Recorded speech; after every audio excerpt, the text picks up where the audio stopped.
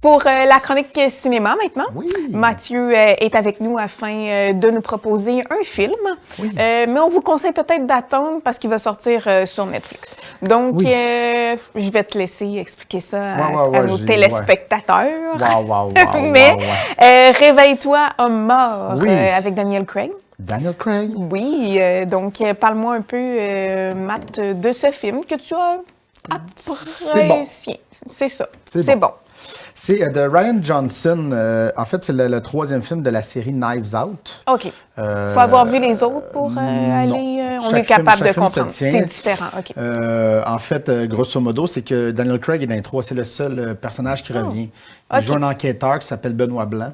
Et donc, à chaque fois, c'est un cas différent. Donc, c'est des films d'enquête. Il n'y a pas de lien. Oui, c'est ça. Là, dans Wake Up Dead Man, on est avec, évidemment, Daniel Craig. Oui. Et c'est tout le temps un gros casting. Là. Puis là, je n'aimerais peut-être pas toutes, là, mais il y a Josh O'Connor, Josh Brolin, Glenn Close, qu'on voit de moins en moins souvent. Oui, Andrew Scott, qui jouait Moriarty dans la série Sherlock de la que BBC. J'ai adoré.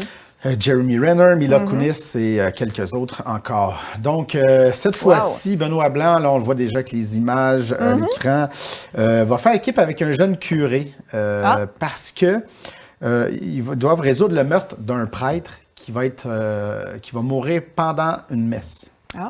Et là, ça, c'est la prémisse de base. Et donc, on va suivre l'enquête. Ça part comme ça. Okay. Oui, exactement. Comme j'ai dit tantôt, c'est le troisième de la série Knives Out. D'ailleurs, c'est ça. Ils ont tous des noms différents, mais en sous-titre, c'est Réveille-toi, homme mort, : un Knives Out Mystery. C'est pour montrer qu'on est dans le même univers tout le temps.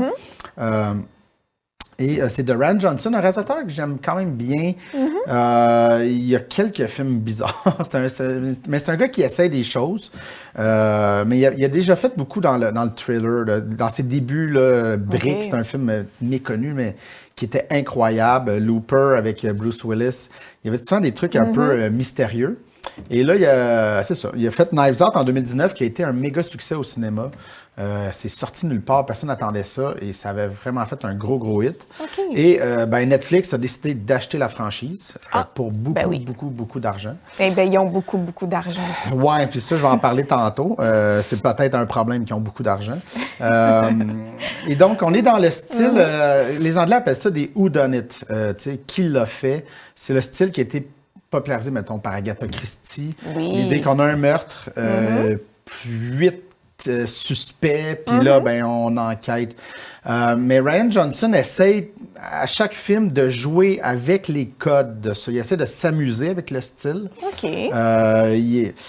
C'est ça. Fait que c'est jamais trop...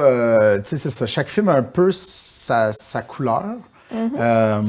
Malgré que c'est ça. Bon, Benoît Blanc revient à chaque fois.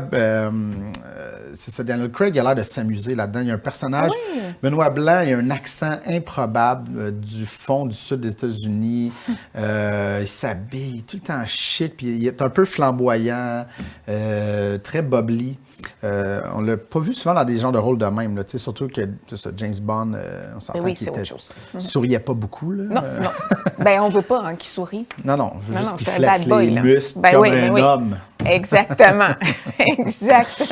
C'est James Bond. Oui, c'est ça. Vas-y, mets-les ton petit maillot de bain. Puis, exactement. Et voilà, tu sors de l'eau. Exact. Avec Wake Up Dead Man, comme je dis, on a un bon film. Ça va, mais ce qui est dommage, c'est que ça aurait pu être excellent. Dans ce film-là, il y a quelque chose d'excellent qui a juste... On dirait qu'il perd le focus un moment donné. Pas qu'il s'y mêle, mais dû au fait que ça dure 2h25. Oh, quand même. C'est interminable. OK. On a traîné ça un peu. Et on sent les longueurs? Oui. Moi, oui. Puis c'est là que j'étais comme... Parce qu'il y a des séquences où il y a des moments où tu es comme « Ah, wow, c'est vraiment hot. C'est très beau. » Et puis après ça, il y a une scène après. Là, ça s'étire. Puis c'est là que j'étais... c'est peut-être le problème des fois, comme avec des trucs comme Netflix, qui pitchent beaucoup d'argent. D'un côté, c'est vraiment cool parce que là, les créateurs ont la liberté de faire ce qu'ils veulent. Mais là, il y a comme personne pour leur dire... tu peux peut-être resserrer, tu peux peut-être... Oui, exact. Et on ne brime pas ta liberté artistique, c'est juste que là, tu t'éparpilles, tu sais. Comme là, ça prend à peu près 30 à 40 minutes avant que le meurtre survienne. C'est comme une très longue intro. Quand même. Qui est intéressante. Je comprends ce qu'il a voulu faire. Il a voulu déjouer un peu le style de comme on a un meurtre au début. Puis là, fait qu'il étire le moment. En fait, c'est qu'il présente tous les personnages au début, avant même que là, on embarque dans l'histoire. Mais on aurait peut-être pu le faire en 10 au lieu de 30. Là. Un moment donné, j'étais comme, on a compris le principe. Okay. Et il y a de très, très, très, très longs détours sur la religion, donc vu le contexte. Sûrement. Hein? Et ce qui en fait un film que je me disais, c'est un film qui est profondément américain. Là. C'est comme la place de la religion dans la société. C'est beaucoup aussi sur la polarisation de discours de droite. Ce qu'ils vivent aux États-Unis. Puis là, je regardais ça, puis j'étais comme, mais c'est ça n'a pas rapport avec moi. C'est long, mais c'est ça. J'ai l'impression que le film est très, très marketé pour les Américains. Okay. S'il avait enlevé tous ces détours-là, là, on aurait été dans quelque chose de plus intense. Parce que les moments où là, on est dans l'enquête, quand ça progresse, c'est vraiment intéressant. C'est juste qu'il y a des longs moments qu'on s'ennuie un peu.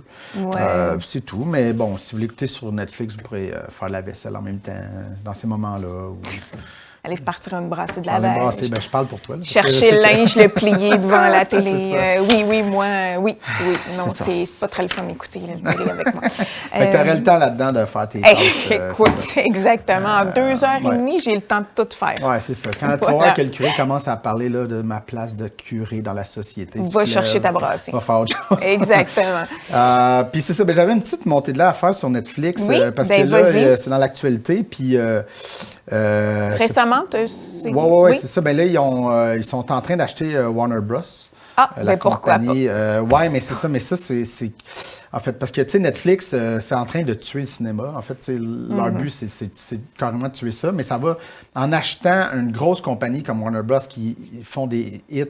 Dans les dernières années, c'est la compagnie qui a le plus de hits au cinéma. Mais pourquoi Warner Bros. Voudrait vendre? Parce que celui qui le possède veut faire 80 milliards d'argent. Tu sais, c'est ça l'affaire. Bah. C'est ça qui arrive, là, parce qu'ils veulent être achetés pour 80 milliards. Mais là... Quand même. C'est ça. Mais c'est pas clair, il faut que ça passe... Pas n'importe qui peut acheter. Non, c'est ça. Quelque chose à 80 milliards. Exactement. Fait que là, c'est pas encore tout à fait finalisé, mais on va voir. Et qu'est-ce qui te plaît pas? Vas-y. Parce que Netflix sort plus de films au cinéma. Tu sais, comme mettons, là, ils sortent Wake Up Dead Man. Mais ils l'ont pas laissé longtemps. Combien de temps il même était pas en 2 salle? semaines. Puis dans très, très, très peu de salles. En fait, c'est qu'ils choisissent les films où ils pensent qu'il y a un certain potentiel aux Oscars. Et pour être aux Oscars, tu es obligé d'être 2 semaines au cinéma. Voilà, je comprends. Donc, ils mettent aucune promo qui s'en salle. Ils font juste le mettre pour le mettre. Très peu de salles, très rapide. Mais c'est quoi le désavantage pour eux qui restent plus longtemps au cinéma? Eux, parce que, tu sais, on le paie le forfait, là, que tu nous le donnes le film ou pas. Eux, ils se disent, s'ils le voient là-bas, mais c'est ça l'affaire, c'est que c'est quand même, l'argent revient à toi parce qu'ils paient un billet de cinéma. Oui, exactement. Ils sont c'est juste dans une sûr logique qu'ils font des sous sur la vente de billets, là. Ils ne donnent pas au cinéma. C'est ça, mais moi, ce qu'ils me disent, c'est qu'ils n'ont pas un amour du cinéma, ils ont un amour de mettre de l'argent dans leur poche. Et ça me fait peur parce que Warner Bros. Il y en a beaucoup qui ont cet amour-là. Ouais, c'est ça. Et ils possèdent des grosses franchises, là, toutes DC, Harry Potter. La marque HBO aussi va se déplacer potentiellement là-bas. Donc, c'est une grosse affaire qui risque de chambouler vraiment et peut-être amener la mort du cinéma. C'est ça là, qui est en jeu. Fait que j'espère que ça ne se passera pas. Mais non, Mathieu, restons positifs. Oui. Notre cinéma restera. Donc, justement, on a 2 sorties. C'est ça, il y a 2 sorties. Ça va pas super bien. C'est parce que là, tout le monde est en attente d'Avatar la semaine prochaine. C'est pour ça, il y a comme c'est pour ça que je voyais des photos. Il a acheté des billets. Ils sont comme achetés des billets. Oui, le 3. À ma grande surprise, je dois te le dire, parce que tu sais que moi, quand je vais voir un film, il faut que ce soit, comment je pourrais dire, réel. Exactement. Débarque-moi pas avec des trucs qui n'existent pas, j'aime pas ça. Mais j'ai aimé Avatar. Mais c'est un film d'animation, c'est comme un bonhomme dessiné, en réalité. Oui, donc j'ai aimé ça. J'ai écouté le 2. Non, pas le 1, là, je ne l'ai pas vu. J'ai vu le 2, j'étais capable de comprendre. Là, le 3, c'est sûr que je vais être capable de suivre. Ça va être des bonhommes bleus qui vont se battre et que ça va exploser. Oui, mais c'est les images, la nature que j'ai bien aimé. L'as-tu vu? Non. Tu peux pas chialer. Mais j'ai vu le 1 puis je me suis emmerdé pour mourir. OK, t'as vu le 1. Oui, j'ai jamais voulu voir le 2, mais en tout cas, j'ai des sorties. Donc, ça sort. Non, c'est pas sorti, excuse-moi. Ça s'en vient la semaine prochaine. Oui, vas-y, dis-moi quelles sont tes sorties. Numéro 2, Ella McKay.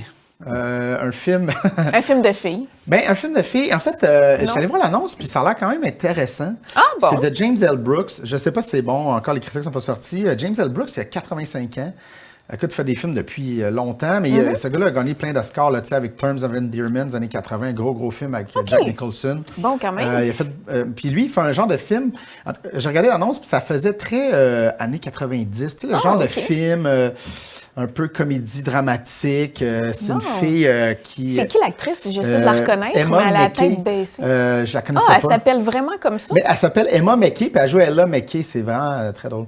Ah, oui, OK. Ouais, mais je ne connaissais pas Emma Mackey, mais il y a Jamie Lee Curtis là-dedans, Woody Harrelson, plusieurs d'autres acteurs. Okay. Elle joue une jeune femme en politique qui, là, est sur le point de prendre la place du gouverneur. Et en même temps, on voit dans sa vie, je pense que sa mère décède, là, il y a plein de drames. Donc, on est dans plusieurs niveaux. Ça fait très... Quand j'ai regardé l'annonce, j'avais l'impression que c'était un film des années 90. Il y a un petit côté nostalgie qui a l'air intéressant. Ah, ben tu vois, ça m'intéresse. Sinon, un film de Noël... T'arrêtais pas d'en demander un. À la poursuite du Père Noël. Ah! Un film français de France. Bon, ouais, c'est ça, mais écoute, ça a l'air un film plus familial. L'histoire est assez intéressante. Ben, c'est toi qui dis ça? Attends un peu. Mais la prémisse est intéressante parce que c'est la petite fille, elle demande à Noël, au Père Noël, parce qu'il y a un petit gars qui arrête pas de la chaler, puis il a demandé une sarbacane là, pour comme... c'est comme un truc pour... tu sais, tu souffles dedans, puis là, tu lances des projectiles. Là, pour attaquer le petit gars, mais elle l'a pas eu, évidemment. Ben non, mais là, il est fâché. Fait que là, elle s'en va essayer de trouver le Père Noël pour savoir pourquoi qu'elle l'a pas eu. Fait que c'est pour ça la poursuite du Père Noël. Ah. Donc, c'est un truc, c'est un film familial. C'est un Noël familial. Oui. Ben écoute, j'en écoute mais sur des plateformes, mais laisse-moi te dire que c'est ça. Ça va pas en s'améliorant. Je veux pas... OK, j'embarque pas là-dedans. Okay. Non, mais c'est pour les enfants, c'est correct. Oui, c'est ça. C'est correct. Ça me va. Ça, c'est correct. Ouais. On peut y croire, là. Ouais. Les lutins, les scies, maisons, on y croit. Un bonhomme de neige qui devient monsieur. Non, c'est ça. Non. Oui. Ça, tu l'as encore sur le cœur, ce film-là, je pense. Je pense que ça, à vie, ça t'a marqué. Donc, ben Mathieu... La semaine prochaine, mon top de Noël. C'est la semaine prochaine. Le tease Parfait. Mais c'est donc, la dernière. On garde ça, pour la semaine prochaine. Donc, on se retrouve tantôt pour le verre de vin. À tantôt.